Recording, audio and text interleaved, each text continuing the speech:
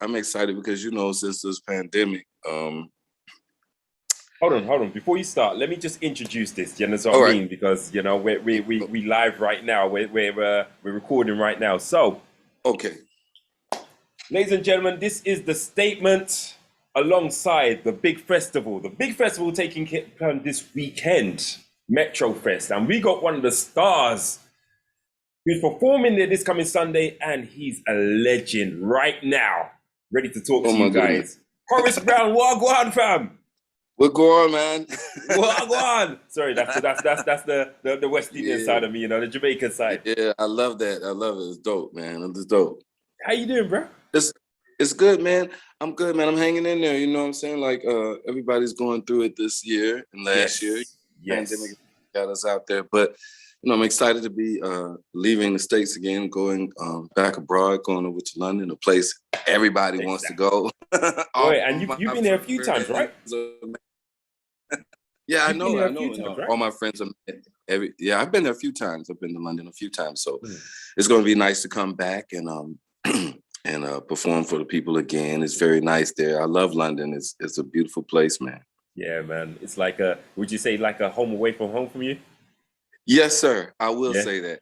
Let me ask you something. What part of town are you in London right now? I'm based in North London. Yeah, I got your envelope. You're facing where? North London. Wolf London. No, North. Okay. North London. North London. Yeah. North London. I'm from a place called Wood Green. Wood Green. Okay. Yeah. I don't know. I've been quite a bit of places over there. It's hard to remember some of the names of the places, but I've been quite a few places in London. Yeah. And also a few of the neighboring states too. I've also been in what's this, Manchester and Birmingham. And Oxford. Oh wow, Oxford. Okay. Right?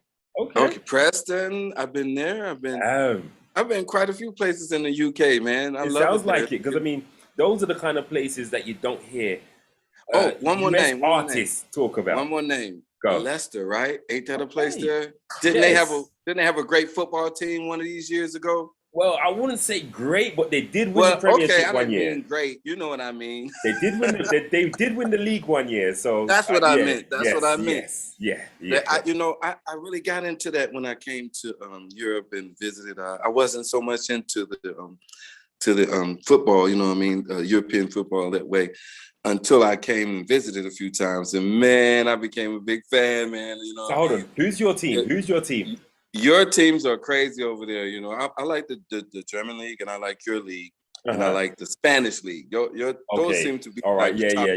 You know about your football from your talking about those top leagues. You know about your football. Yeah, they seem to be like the top three leagues, especially with. I mean, I would include France, though. I would include them too, but. Yes. Those seem to be like the top four leagues of really good, great players. Yes. You guys have great players, man. You have great players. Your two teams that I really like were the what was they? They're always winning over there. Come on, just say the right team. Don't say. And one of them took the coaches from Germany. Bjorn, what's his name? Jurgen Klopp. Jurgen Klopp. All right, so now you're talking about my team. That's Liverpool. Okay, see. All right. I give you that salute, brother. You said the right team straight away, so yeah. Those are the teams for me. Liverpool and one more team that had a coach that was brought over there from where was he brought from? Let me see. Was he brought from Germany?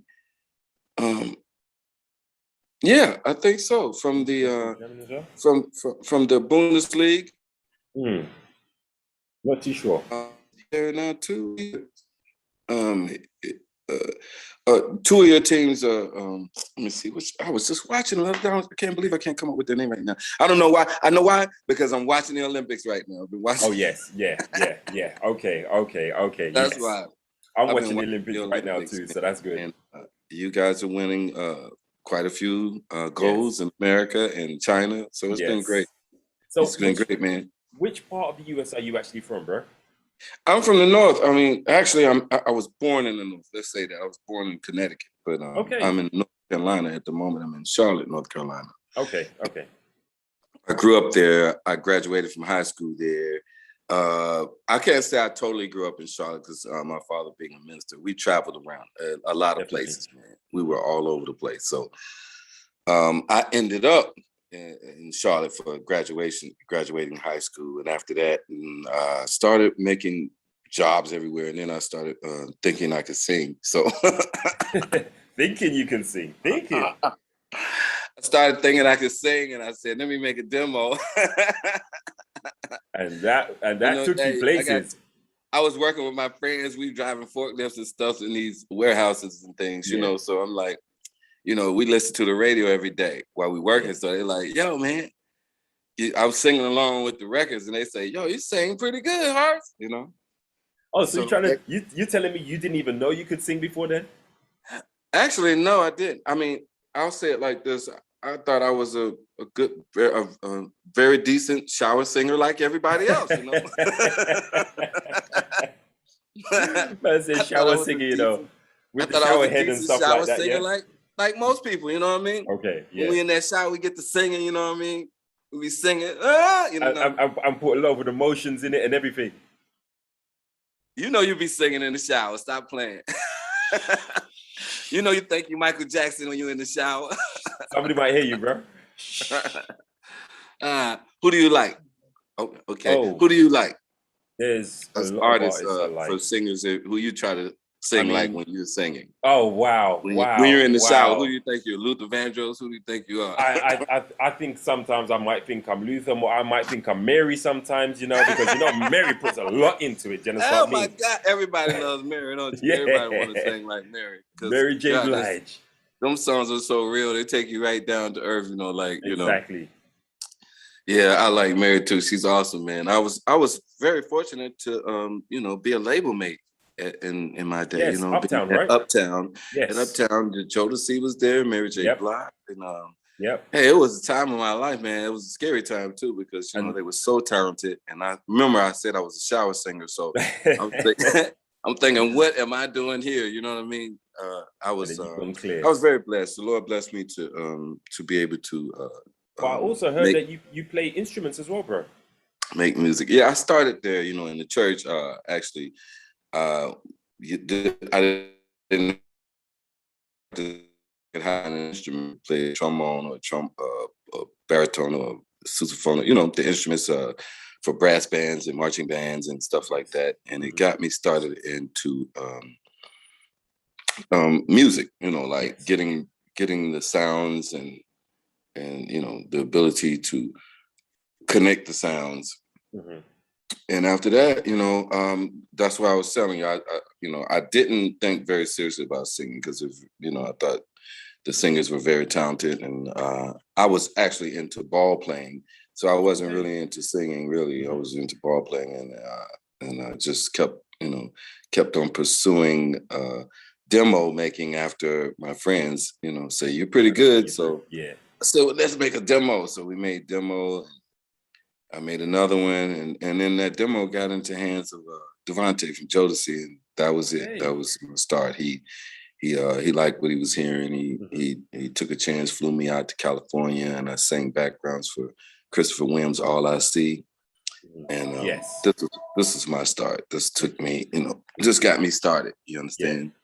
Yeah. And once I got started, and I got to work with such a legendary person himself, Mr. Christopher Williams. Yeah. You know, I was a big fan of that music at the time. That New Jack Swing had come out. He was killing it at the time, Don't wake me. With those curls and everything. Yeah. Oh my God, that was it. Girl, I'm dreaming about you. Oh, girl, I'm dreaming. And he had that Teddy Riley beat, you know, the beats, you know, that was just some interesting time of music. So to get to work with Chris, it was a real, you know, surreal experience. Really, it was a surreal experience. I was in the studio with him, and I'm looking at him like, wow, that's Christopher Williams. That's the guy from New Jack City. This guy that's singing all of these hits, you know. That's the guy that got my girl saying, screaming. You know, so screaming. She wants to meet this guy. Question. After meeting Christopher Williams, did you try and get your curls like him? Actually, no. Actually, no, I knew that wasn't gonna happen. You know what I mean? So I just gave up on that and got a nice little cut. You know what I mean? I hear you, bro. You know, I can't be pretty like Chris. That's what that's what Wesley Snipes was saying too. I don't think Wesley liked me in the movie. You know what I mean? Wow. Wow. Yeah, exactly. You know what I mean? He Oh killed my him God, quick time. Chris got stabbed in the hand. Okay, Yeah. so what I'm saying is coming there this time, it's just gonna be a lot of fun for me. And I think there's a lot of artists on the roster for this event. Yes. Yes. And so I think the people Metro really Fest is enjoy going to to be come out. really big. Metro Fest. Now we're gonna be outside too, so right? Yep. Yep. So I think it'll be less worrisome about the virus and everything. If you got masks and you can be distanced and you can be, you know what I mean? It's still not 100% safe out here yet. So, No. we're trying to take all the precautions we can so we can stay out here and, continue to So, my travel. next question. Have you performed live and played the instrument? I performed live and played piano. Okay. So, but I was always. Can we expect that from you at Metro Fest?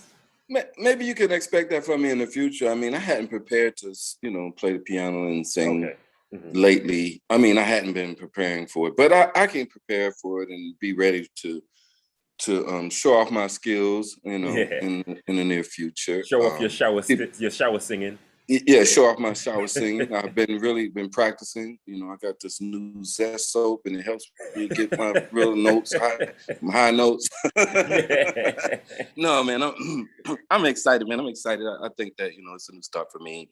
Since the days of Motown, I had spent a lot of years in Europe and touring around, wanted to see the world. And I think the music industry allowed me to see a lot of the world, parts of the world that I don't think I would have ever been able to see had I not made an album at Motown. I don't think I've ever been able to see places like London and Paris and Switzerland and Austria and Australia. Australia was a great place to travel and see, and I love to go back. That's a place I definitely want to go to.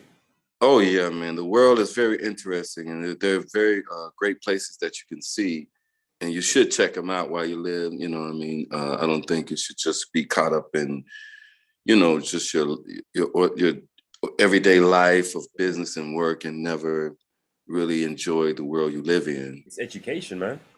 It's very educational. It taught me a lot. When I experienced Germany, I had to go back and I had to see more and had to tour around more because even in being in Germany and Europe, the center of Europe, I was able to see Belgium and Austria and Switzerland. And those places are very close by, Amsterdam. Neighbors, basically.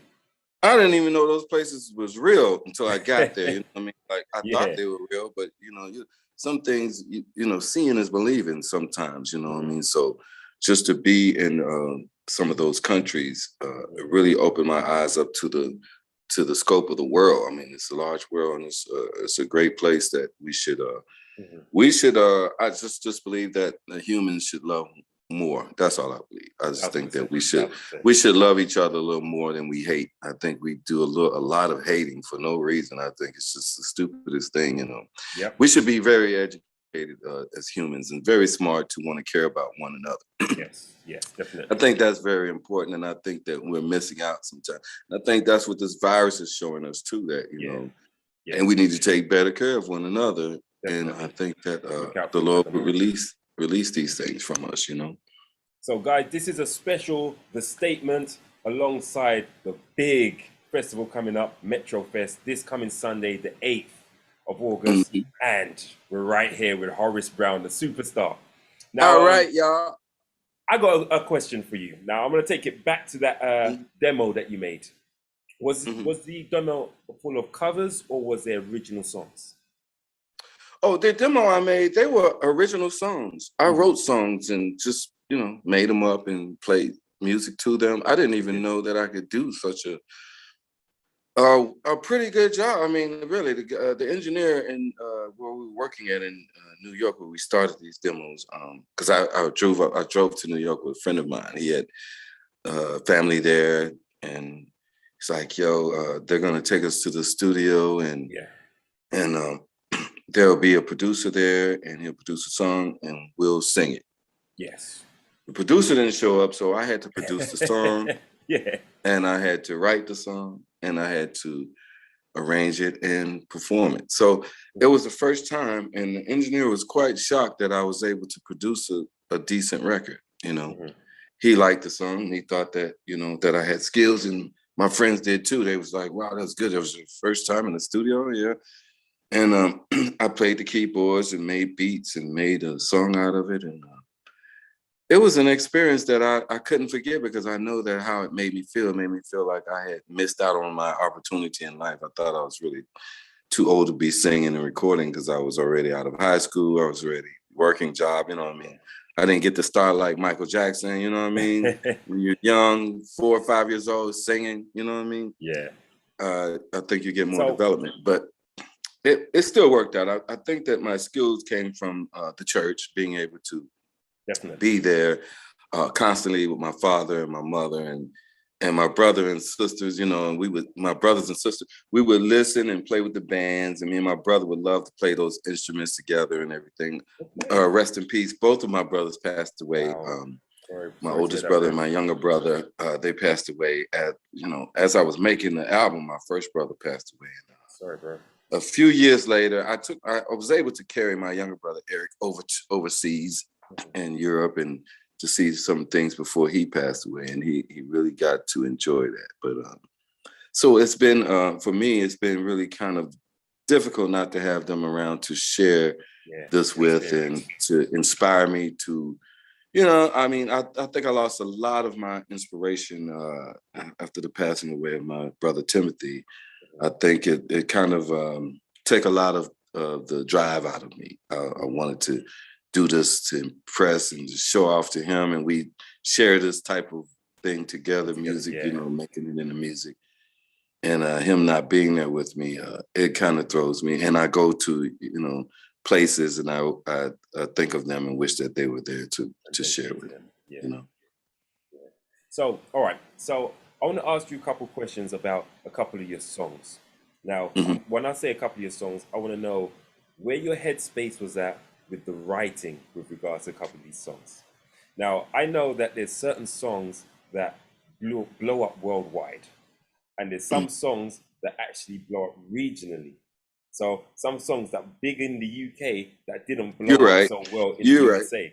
So the first song I want to ask you about is a song that is a slow jam, and this was big in the UK at the time on that certain scene. Okay. Why? Why? So tell me tell me where your headspace was at when you was writing that song. Well, I was actually, who I was recording with when I was recording that song. When I started making this song, I was with you guys got to know Stevie J. Yes, yeah.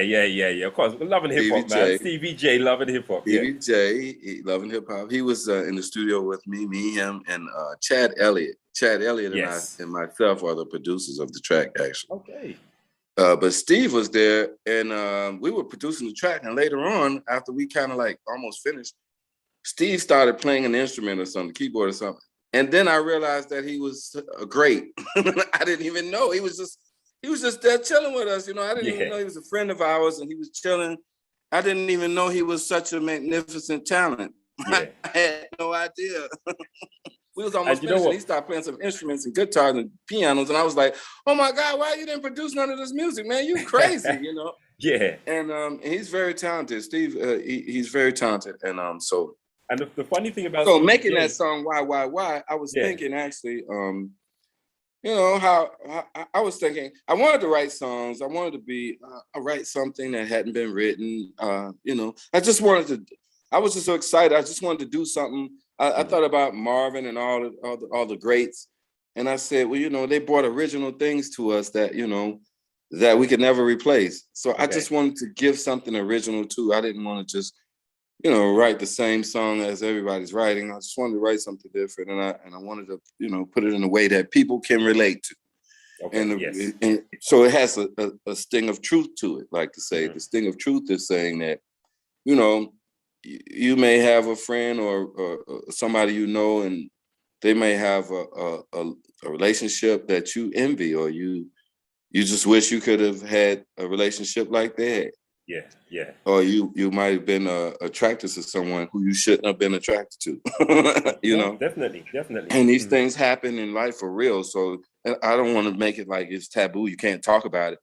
But if you can't talk about it, then you know I feel like you're just not being true.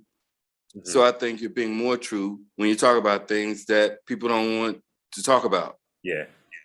You know, sticky subjects are things that, just like Taste Your Love, the same thing. It was a sticky subject that guys were doing it. So I bet you thought that's the song I was gonna bring out when I said it's a bit of a slow jam. You thought I was gonna say Taste Your Love, right?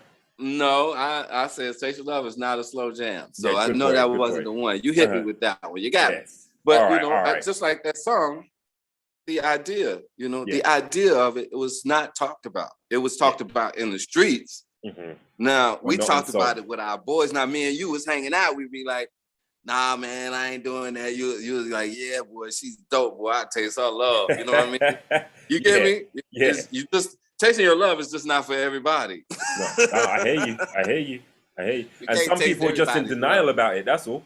Yeah. So some people in denial. Some people are being truthful and saying, hey, man, yeah, I would taste her love. She's that gorgeous. She's that got it together. She looks delicious. She looks delicious and delectable. I hear you, bro. Yeah, I think she'd get some kisses. She would definitely get some kisses. So, it's just it's an expression of the things I'll do for you, or I'll do what I gotta do for you. You know what I mean? Because mostly you could say that, nah, that's not good. You shouldn't do that or something. And a real brother would tell you, back in the day, if you don't, and somebody else might do it, and you might lose. I hear you. You might lose a few points with your girl. If you're not really trying to satisfy her 100% and please her to the max, you know what I mean? Yeah. So now the next one. How do you know when you have that hit? As in One for the Money, as in Taste Your Love, as in Things We Do for Love. How do you know when you're writing and you say, yep, that's the one? I don't think you really you feel like you know, or you just know that this is the one or something. You just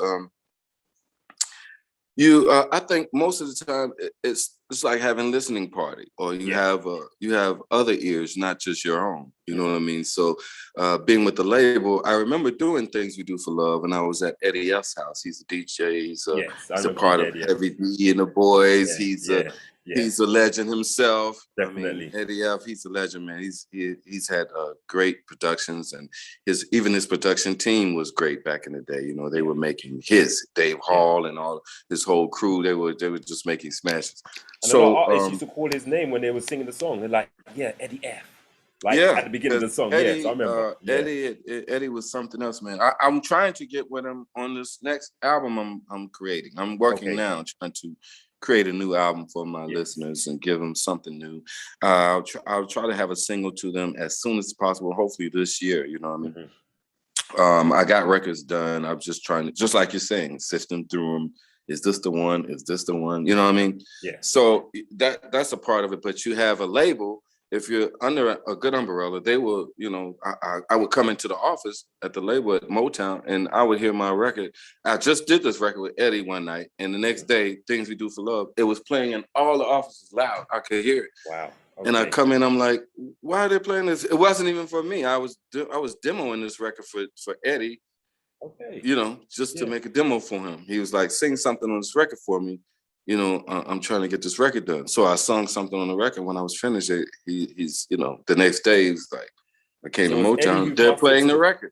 So it's Eddie who passed it to the label? Eddie was working for the label. So he was there at the label, and he's playing the record and gave it to everybody else to play. Yeah. And they're playing this record, and I'm like, I did this last night. This, what are they playing this for? And Eddie them and Andre Harrell, rest in peace, Andre. He's gone away from us, and we lost a lot of great people last year. Definitely. And so he's telling me, yo, Harsh, we like this record, man. We want to use this as one of your singles.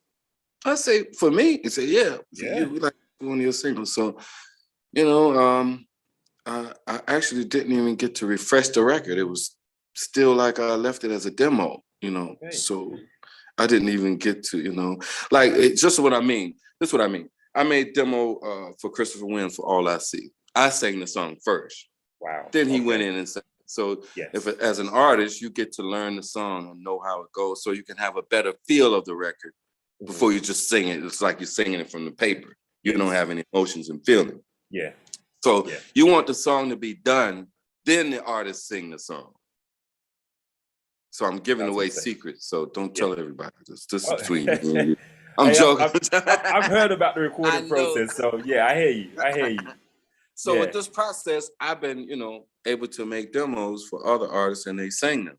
So this is how I made a few records for other artists, you know, as Silk. I wrote songs for Silk. I wrote songs for other groups.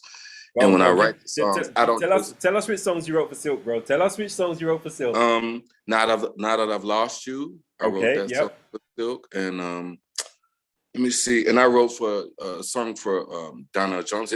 That didn't come out. I wrote a song for Keith Sweat. He didn't choose the record. He was done with his album. Then later he said, Hurts, I should have used that record you made for me. I like that record. I say, man, regrets, man. You know what I mean? Yeah. And I wrote a song for remember my guy that played Michael Jackson, Jason Weaver? Remember Jason Weaver? He was signed to Motown.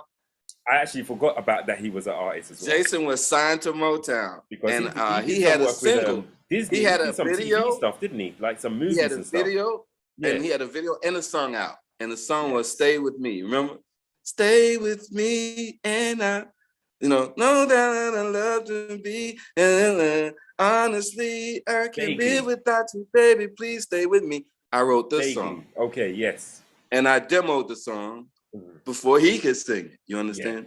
So a lot of the songs I wrote for the artists, you could hear my background vocals in the song because they wouldn't take them out.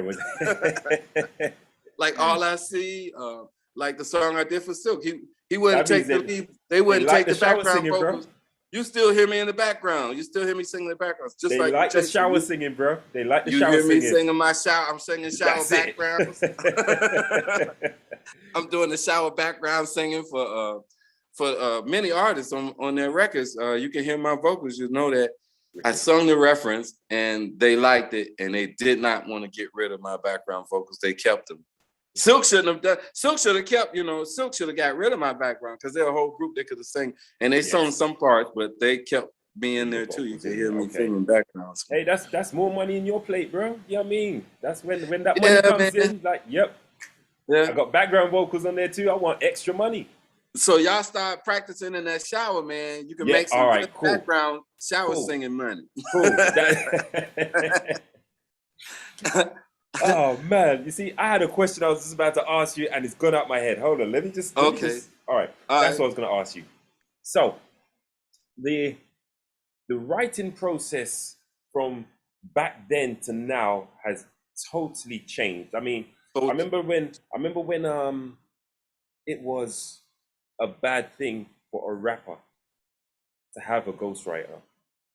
Nowadays, rappers have ghostwriters, but then R&B artists had ghostwriters from a long time ago. I know that, but the point is, like, how would you say the method or ghostwriting has changed for R&B artists? Would you say is it in a good way or is it in a bad way? Well, I think it's a good way. I think, we always elevate, we always rise. And no matter how much people think that we're going sideways or something, we always elevate. And I think that, elevation is just taking it to another level, just like the internet and other things. There's good and bad about everything we choose. Yes. We just have to realize that. And we have to realize that it's up to you to take the good out of something. Or the bad, you know what I mean? So I think the writing is just what it's always been. But now, okay, of course, it's a little more nasty than when I was back in the day. You know what I mean? They say everything, and in the disgusting way now. You have to say kids cannot listen to this channel. Graphic. You have to do that these days. But so that's the only down part to me. Like to say, the down part is just some things are just too much. You know what I mean? I just think some things are just a little too much, and we should, I mean, even when I wrote Taste Love and those records, I think I kept it at a clean level. You know what I mean? I think so. I think so. I think that kind of kids innuendo, but not really talking directly about what it is. Yeah, I said Taste Your Love. That doesn't sound like something else. Yeah, I hear that you. sounds like Taste of Your Love. Your love is sweet. So you know what I mean. So that's what I mean. So I'm excited, and I'm looking forward to coming to London, and I know that we have some other more interviews to do. Yes, and I know I was about to say that. I've just been told to wrap it up. They gave me that signal, man. They gave me that time. I don't have to move on, but I look forward to being in London. I love you guys. You guys are great, man. You're 1000%, great, bro. Like we don't. I'm forget telling you, listen, man. I just have to say this part though. You guys in London, you're really great people, man. You're fantastic people. I love hanging out with you. I love the way you guys talk. I love the way you guys have a strong love, you know, for your people. Yeah. And I just think it's awesome there, man. I think my dream is to get more of my brothers and sisters from America to visit there. Beautiful, definitely. To see you guys and connect, you know. Because we're so connected. Listen, we're so connected 100%. in our music and everything. You guys are just like, we're neck and neck in music. We're neck and neck in everything. You know what I mean? Yeah. So, you know, you guys are right up there. You guys are no slouches. You guys are great artists. You have great artists, not no regular artists. You guys are, you know, you have great artists. And I think it came from the American and European lift of music. You know what I mean? Our relations in music, we got tight on it. And you guys are running right there, you know, with music. So I'm a big fan of England as well. Thank you. This has been The Statement in conjunction with Metro Fest, the big festival happening this coming Sunday. And we've had the legend, Horace Brown, with us, man. Thank you, bro. Thank you, guys. Much love. Peace out, y'all. I can't wait to see you. See you Sunday.